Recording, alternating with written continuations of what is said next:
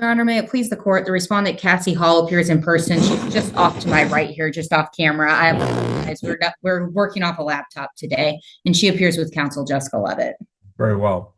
This matter comes before the court at this time for review. Docket notes from the last hearing held on April 28th indicate that there was a PFA case to be heard in Sedgwick County on May the 7th.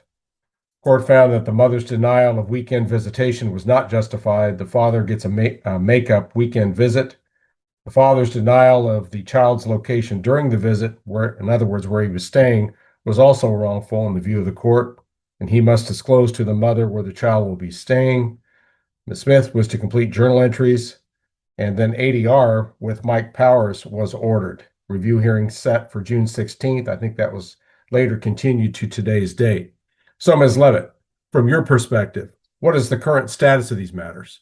Judge, I want to advise the court of where we stand on the ADR because that has been a bear of a problem for us. So we reached out to Mike Powers for alternative dispute resolution, specifically mediation style ADR, and his availability when we reached out to him at that time, his earliest was a singular date of August 21st.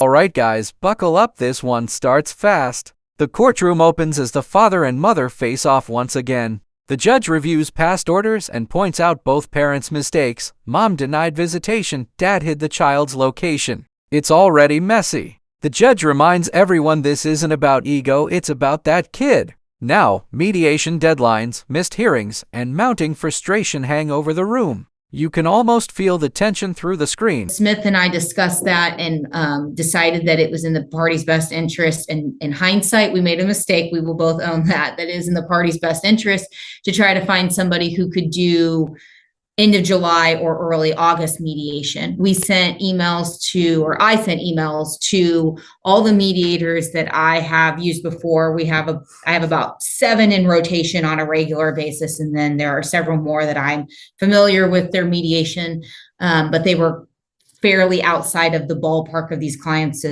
income ranges. And we have found somebody. Miss Ortega can do mediation with these parties at an affordable rate. She can do child custody, residency, parenting time mediation for between $1,000 to $1,500 per party. And she can do it, but her first availability is September 2nd, or the second week of September, excuse me. We are emailing with her about the exact date. There was only one mediator who was available earlier than Mr. Powers, but that was Joy Marlin. And I don't know if the court recalls this from prior hearings. Joy Marlin was the initial mediator in this case.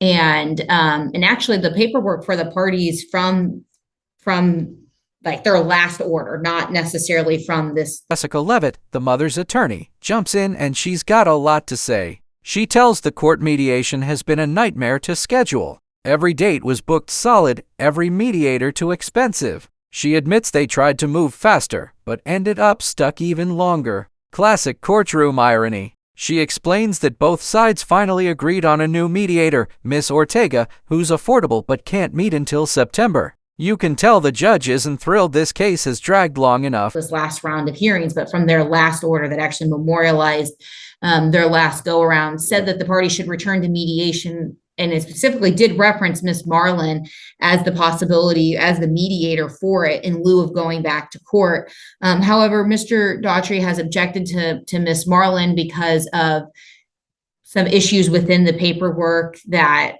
there's language that calls the party's parenting time shared residency, but then the schedule is not what the court would consider shared residency. It's not 2-2-3. It's not week on, week off. Mr. Daughtry has every other weekend. And he believes that that was an error. And I have always operated from the presumption that if the parties have used a prior mediator or ADR coordinator, and there was an issue with them that one of the parties raises, that it's better for the case and it's better for the objectivity of everybody to find a new mediator. So that was the path we took. We have found Miss Ortega. It has significantly pushed the timeline back as the unfortunate reality of it. So in trying to get Levitt keeps going, her tone sharp but respectful. She details how prior mediators, especially Joy Marlin, caused conflict. The father, Mr. Dory, objected to using her again. claiming her past paperwork misrepresented shared residency. The court listens carefully as Levitt argues that a fresh mediator means fairness for everyone. She owns the delay but insists it's the right call. The energy here shifts. This isn't just scheduling anymore. It's about trust, fairness, and getting one clean restart for both parents. Sooner than Mr. Powers, we put ourselves in a position to getting later than Mr. Powers, because when we went back to him, of course, August 21st had been taken from us by another family who decided to snatch the date and take advantage. So we do have a mediation. We're very close to being set with an exact date and time. We need to hear back from Ms. Ortega on her calendar. But Ms. Smith and I both agree to use Ms. Ortega. These parties just have limited means, which I think the court is very aware of. There were some mediators who were very immediately available. They were going to require a $2,500 retainer from both parties, though, which is just, there are families who can afford it. This family is not one of them. So we're trying to be realistic to their circumstances and what they can actually afford. And this is where we have come to as we sit here today. The makeup time did occur. The parties have figured out some vacation time between each other, which was a positive co-parenting change. They figured it out between themselves ultimately. So we are seeing some positive things occur. It lays out the numbers: $1,000 to $1,500 per parent for mediation. That's the price of progress. She makes it clear both families are struggling financially but trying to stay civil. The judge nods, taking it all in. Levitt then admits something surprising. Despite the chaos, co-parenting has improved slightly. They've managed vacation time peacefully. But beneath that fragile calm, the big issue still looms. Custody and parenting time remain unsettled. The judge leans forward. This case isn't done yet. In this case, but the mediation is the big piece and it still needs to occur. All right, Ms. Smith, what would you add to this? Your Honor, I agree that we've agreed to use Ms. Ortega, and my client understands that he's basically pushing it off, that we could use Ms. Marlin and have it done sooner, but he would prefer to have somebody who didn't draft this parenting plan, and he understands that that means that he's waiting until September in order to have that. Since he's the one asking to modify, we would just ask court approve that timeline since my client is making that choice. However, did want to inform the court that the PFA against my client was tried and dismissed. And so that is no longer at play. And so today, what I would just like the court to address is that the agreed parenting plan on file says that my client has parenting time on alternating weekends from Friday at 8 a.m. to Monday at 8 a.m. Throughout the history of this case, my client's parenting time has been whittled down by adverse party, where she said they have to meet after school at the police station. He can't pick him up from school and he has to bring him back on Sunday. He can't keep him until Monday morning.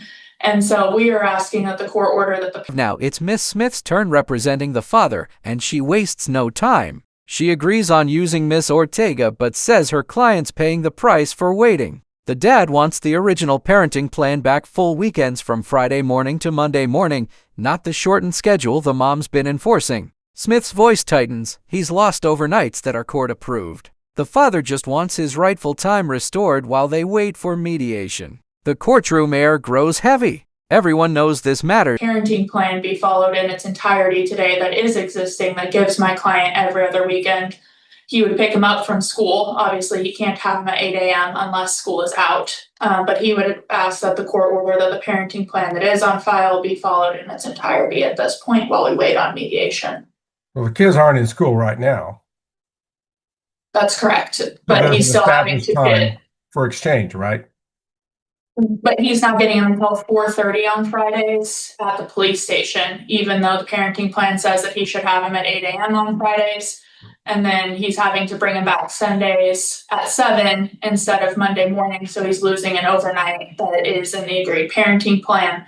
And so we're just asking the court order that the parenting plan be followed in its entirety until we have mediation. Which begs the question, why isn't it being followed now, Ms. Levitt?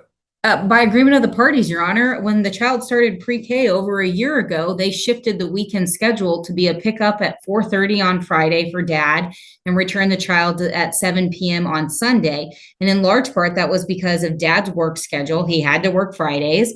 The child was in pre-K anyway, so an 8 a.m. pickup when the child starts school isn't realistic anyway. And then the Monday morning. The judge cuts in, pressing the mother's side. Why isn't the parenting plan being followed now? Levitt fires back calmly but firm. The parents agreed to change pickup times last year because of dad's work schedule. He couldn't manage early Fridays or Monday school drop-offs. She paints a picture of long commutes, early mornings, and a child who needs consistency. Her point, dad agreed before, and nothing's changed. The courtroom starts to split. Both stories make sense, but only one can win. Work schedule, the child has to be in pre-K in Augusta. This year it'll be kindergarten, of course, pre-K in Augusta, and dad couldn't get the child to school in the mornings. This was reached by agreement and followed as the de facto for a year.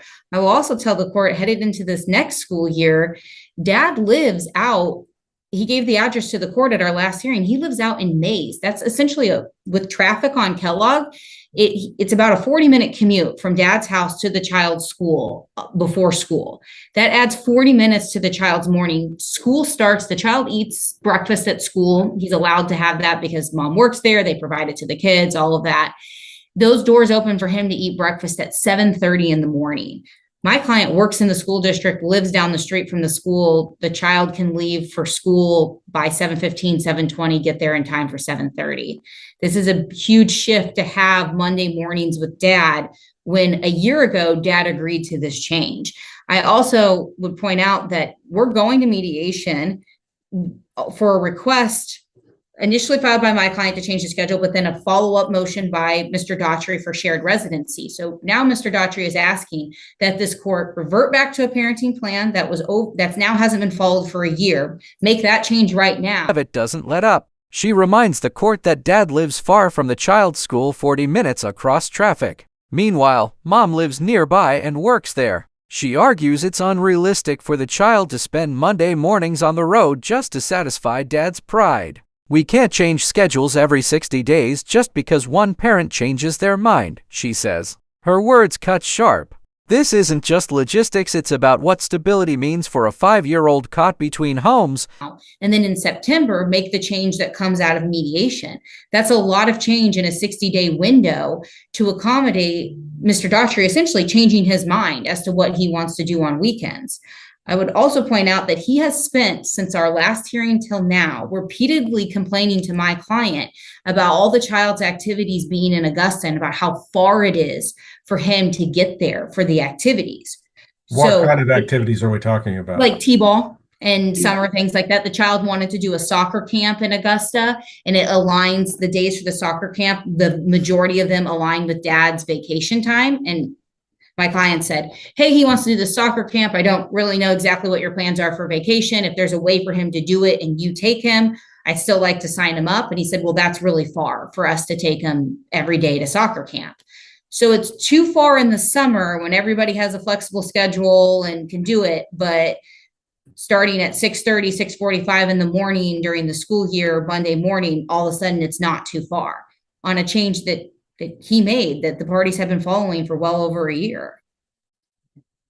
All right, Ms. Smith, anything you want to say in reply? Your Honor, my client objects that the changes were agreed upon.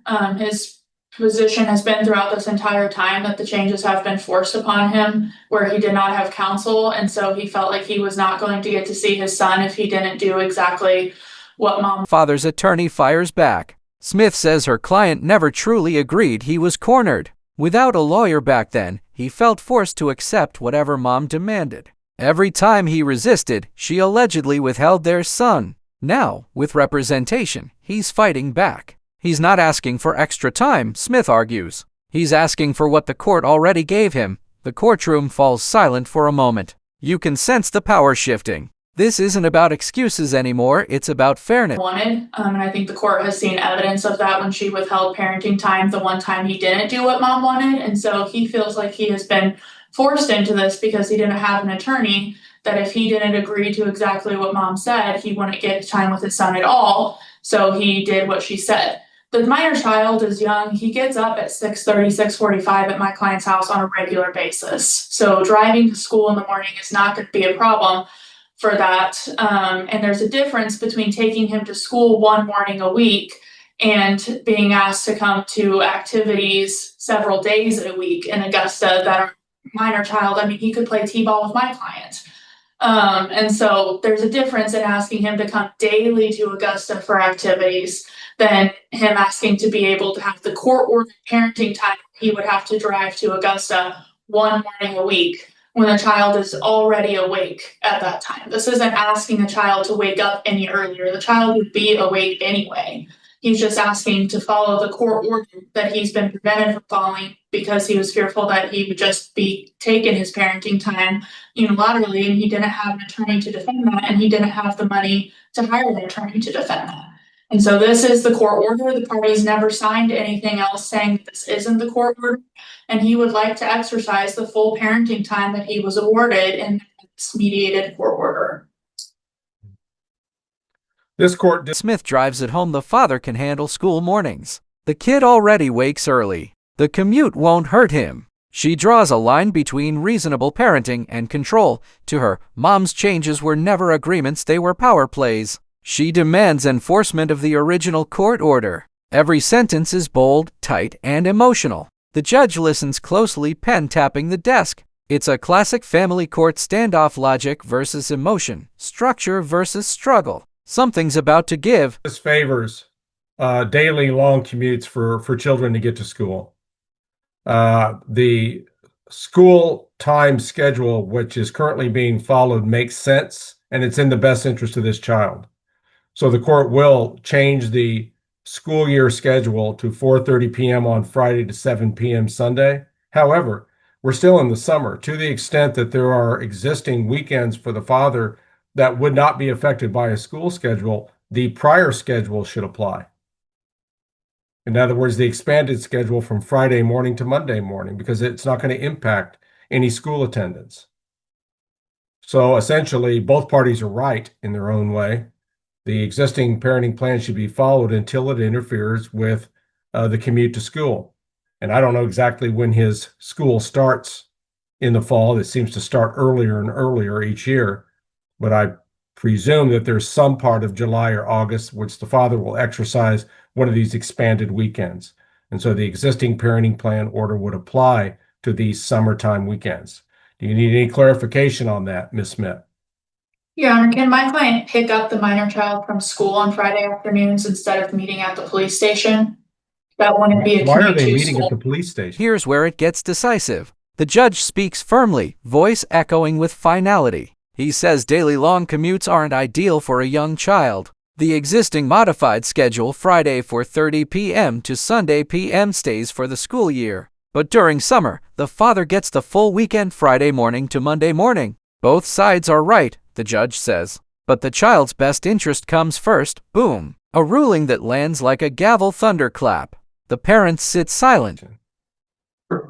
That was, again, per mom's request, and if he's gonna have 4:30 at Friday, there's no reason he can't just pick him up from school on Friday afternoons. Judge, we don't have any problem with him picking up the child from school on Friday afternoons, but it wouldn't be at 4:30. He'd have to be able to be there when school let out, which is 3:15. Is That's that fine. a possibility for him? Can he actually be there physically to pick up the child at 3:15? Yes. Well, again, that makes sense. And it appears to be certainly consistent with the best interest of this child. So yes, he can pick up from school.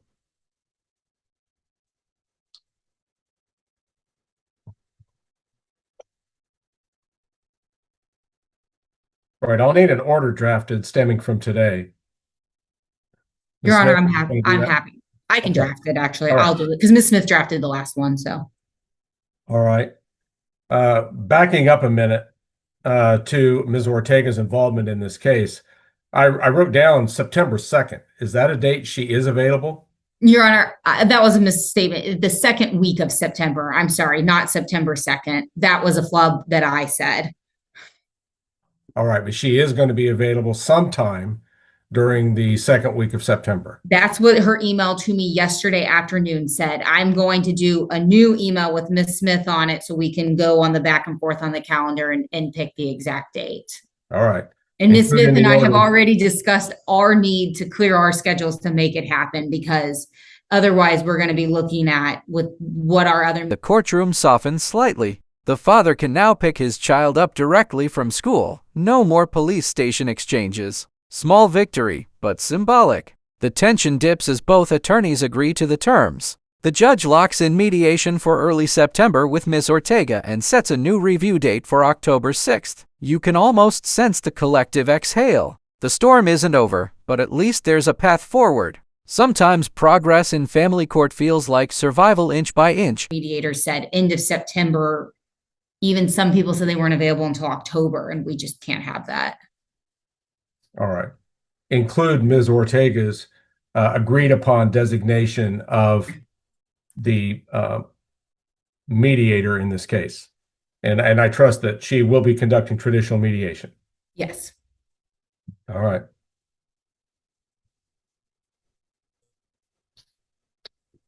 The court doesn't want to let this case go without setting another date for review of its status. What would the anticipated length of time for mediation based on your knowledge of how Ms. Ortega does things, Ms. Levitt? I'm sorry, Judge, could you repeat that? I apologize. What's the time frame for mediation reasonably expected from Ms. Ortega? She believed that we would only need one session of mediation, that we could look at either a half day or a full day, but that one session would do it because counsel is going to be involved in this mediation. We believe that the extra oomph, for lack of a better word, of having Ms. Smith and I there is necessary for this mediation to be successful and productive. And so with that, Ms. Ortega thought a half day or a day, but certainly not 2 sessions. And so if we could have a review hearing, I don't know what the court's availability is, but towards maybe the end of September, that would give us time to do it. And then provided that agreements are reached and it's not a complete failure, which neither Ms. Smith nor I anticipate it being, we would have time to also memorialize what comes out of that. What's counsel's availability like on the morning of Monday, October 6th? I believe I'm available, but I'm going to double check so that Please I do. don't mistell you. Ms. Smith? I can do the morning of the 6th. I'll be out in the afternoon, but I can do the Okay. morning. As will the court. So I'm available all day, so whenever is fine on the 6th. all right. Let's review this case at 11 o'clock a.m.